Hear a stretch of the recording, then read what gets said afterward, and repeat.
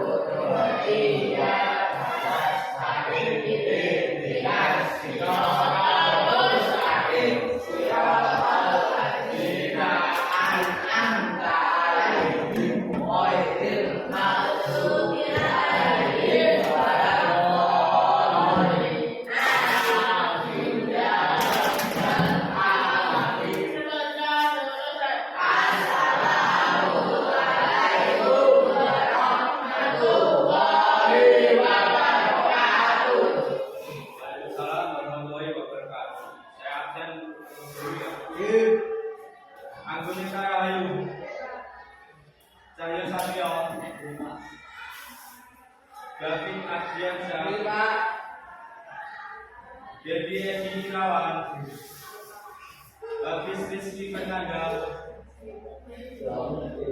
Ikvina Nurul Afifah, Kendi Kurniawan, Lutfi Ana Hoirunisa, Muhammad Rizal Maulana, Muhammad Rayhan Fadil Rahman, Lugi Aditya Saputra, Nuril Faza Muzaki, Rizky Ramadhani, Rizky Wahyu Firmansyah, Setya Budi Sampurna, Siti Nur Faiza, Wahyu Budi Santoso, Zahratun Naila Ibadah, Andaya Tanpa Hidayah.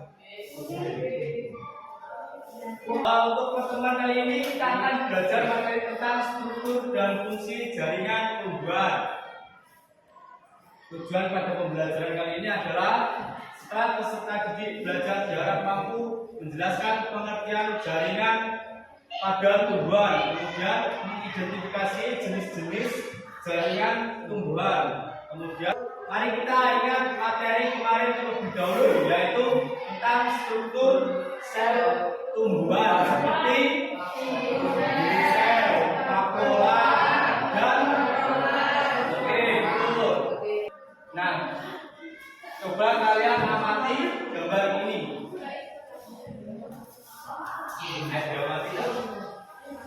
Ini adalah gambar struktur tumbuhan. Bagian apa? Ada yang tahu?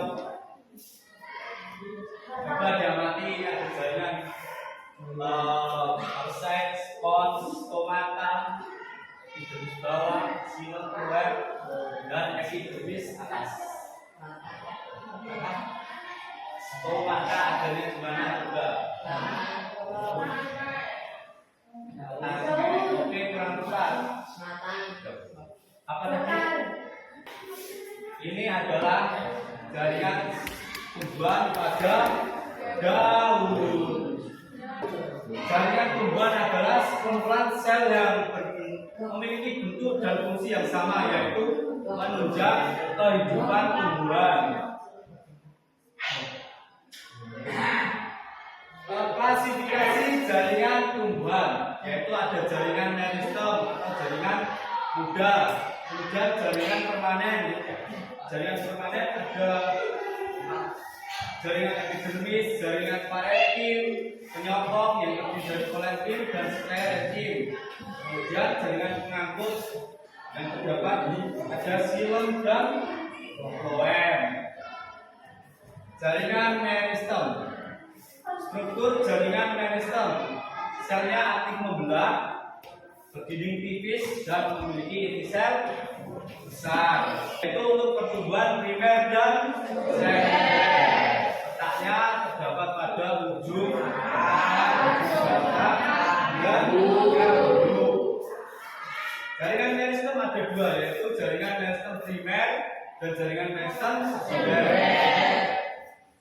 Jaringan Mersen primer berfungsi untuk pertumbuhan primer, seperti pertumbuhan panjang akar dan batang, terdiri dari jaringan apikal. Jaringan apikal terletak pada ujung tumbuhan, ujung batang atau ujung akar untuk pertumbuhan panjang. Jadi dia terletak pada di akar seperti ini, kemudian pertumbuhan memanjang. Jadi akarnya panjang. Itu adalah fungsi jaringan apikal. Kemudian jaringan lateral, yaitu terletak di samping batang atau akar. Ini dia jaringan lateral, samping berupa kambium dan kambium gabus, bertanggung jawab untuk pertumbuhan sekunder atau samping. Kemudian jaringan interkalar terletak di antara jaringan dewasa, bertanggung jawab untuk pertumbuhan lateral pada cabang. Contohnya seperti ini ya, dia letaknya di sini, letak di cabang tumbuhan. Kemudian jaringan meristem sekunder atau kambium.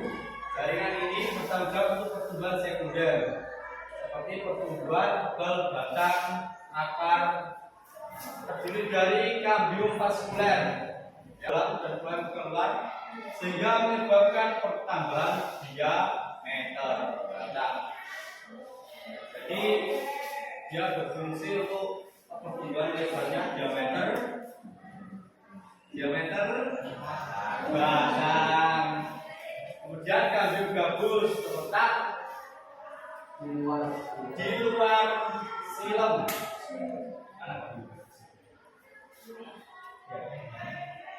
Di luar silem menghasilkan lapisan pelindung, yaitu jaringan bagian velum dan organ.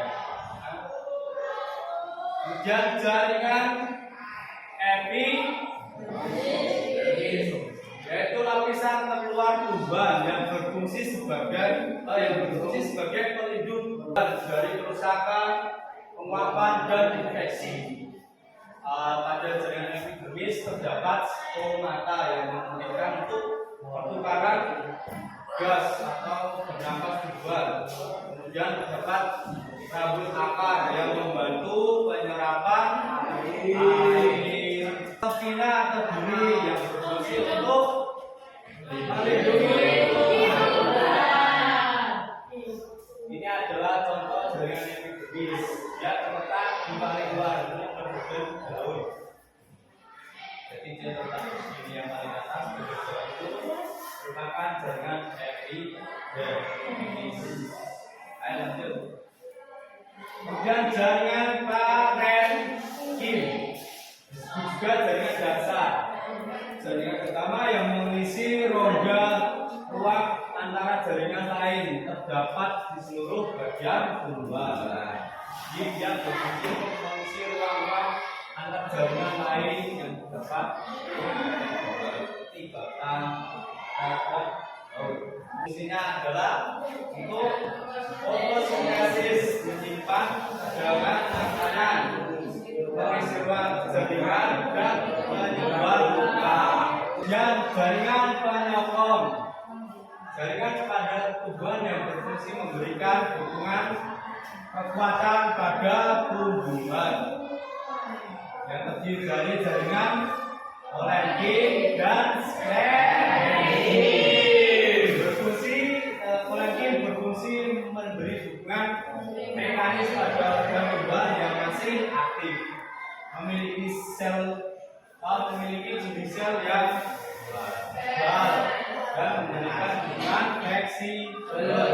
Sel yang masih hidup, contohnya yaitu sel yang masih hidup, jenis sel menebal, tidak merata, kemudian menyokong bagian borda. Kemudian sklerotik berfungsi memberikan dukungan kuat kaku pada bagian yang sudah tidak memiliki jenis sel yang tebal dan keras, memberi dukungan yang kuat. selnya mati, dinding sel sangat tebal dan keras, menyokong bagian luar.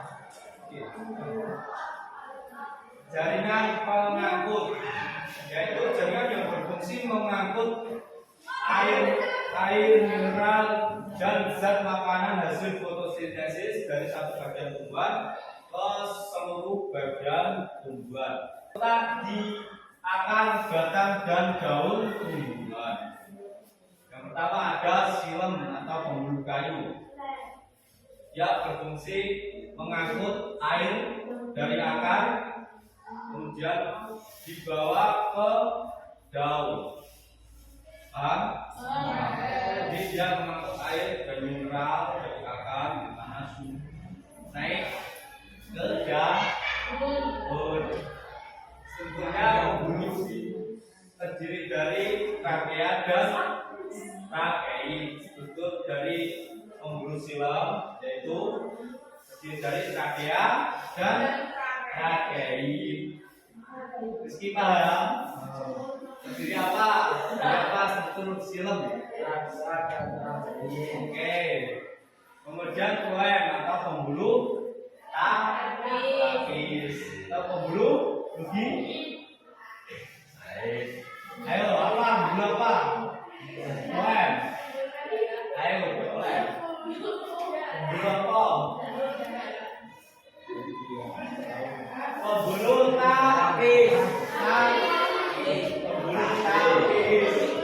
Pembuluh tapis berfungsi mengangkut zat-zat makanan. Berfungsi apa di?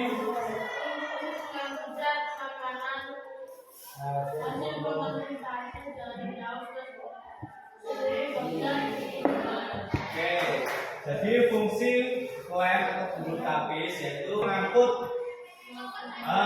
makanan dari hasil fotosintesis pada daun dibagikan ke seluruh bagian tumbuhan, akar, batang, buah, dan ada struktur jaringan floem terdiri dari sel tapis dan sel pemiring. Oke, lanjut. Contoh penerapan konsep jaringan tumbuhan dalam teknologi. Contohnya adalah terdapat pada sistem irigasi tetes yang terinspirasi oleh dari cara kerja silem. Kemudian tisu kapiler menyerap air seperti akar.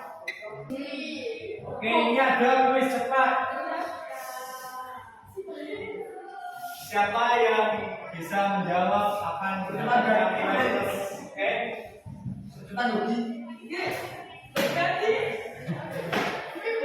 Yang pertama, pertanyaan yang pertama, sebutkan 3 jenis jaringan permanen dan fungsinya. Siapa yang bisa menjawab? Oke, Tina,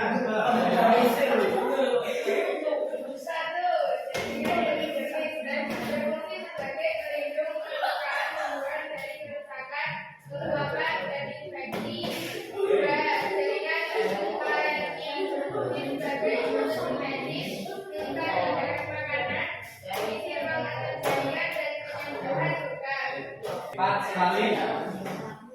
Tangan kelingkingnya. Kemudian apa perbedaan kolenkin dan skelenkin?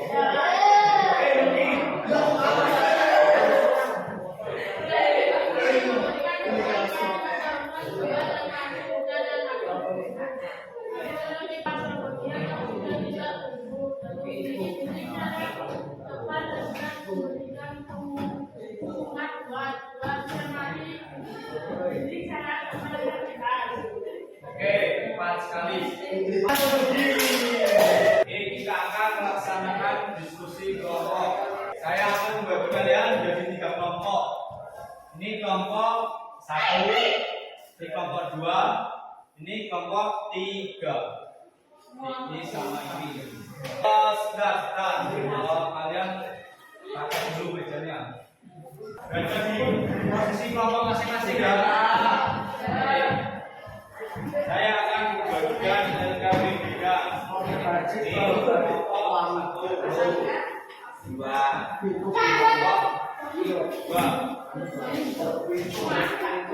ini mungkin tabelnya nggak cukup ya, buat tabel.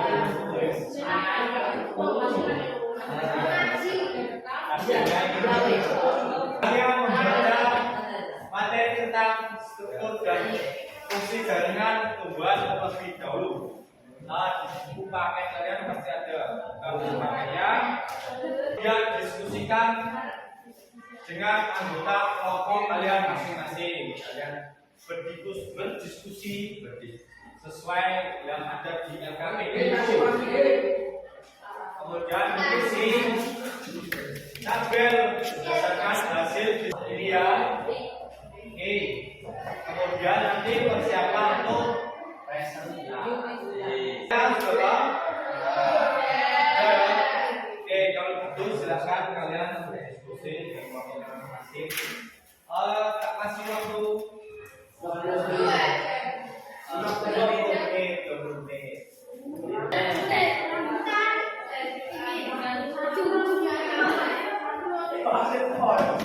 Kesulitan pada ini.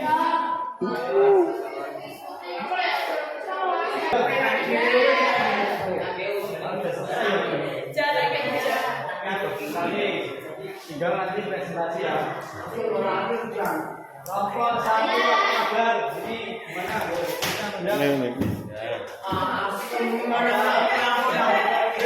gimana?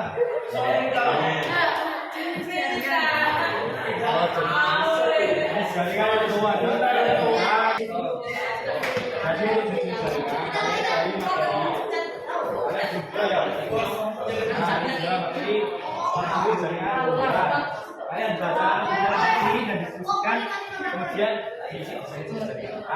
ciri-cirinya tadi bersama dari kemudian fungsinya apa, isi bagian kemudian saya presentasi. Sudah selesai atau belum diskusinya? Ini bagus kalau sudah kalian presentasi. Presentasi adalah kelompok kedua.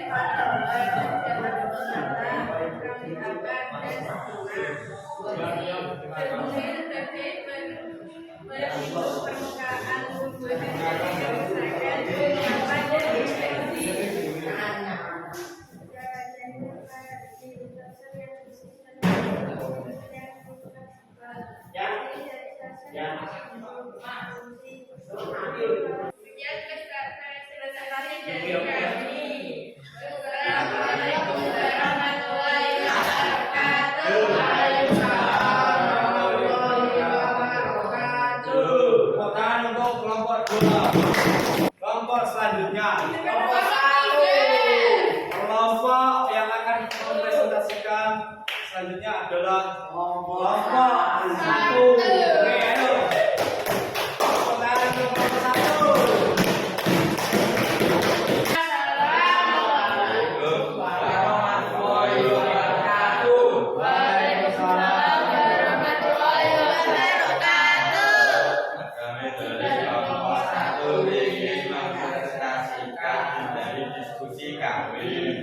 Oke, sampai sini apakah ada yang perlu ditanyakan?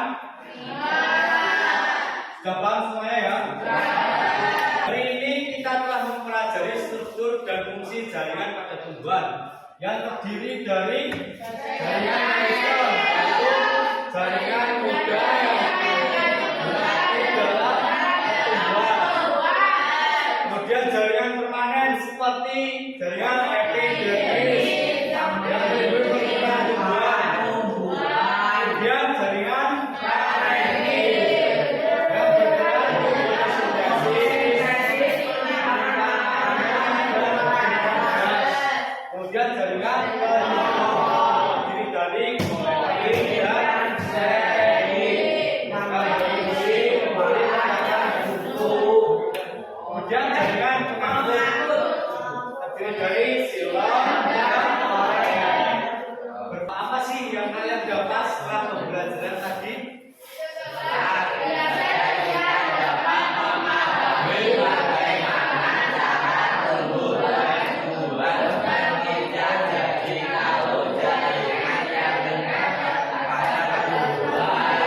Saya akan memberikan tugas mandiri. Tugasnya adalah membuat peta konsep jenis-jenis jaringan tumbuhan dan khususnya di buku catatan masing-masing. Tulis semuanya kembali ke duduk tempat duduknya masing-masing. Oke, saya kira cukup ya pembelajaran kali ini. Kita akhiri pembelajaran kali ini dengan bacaan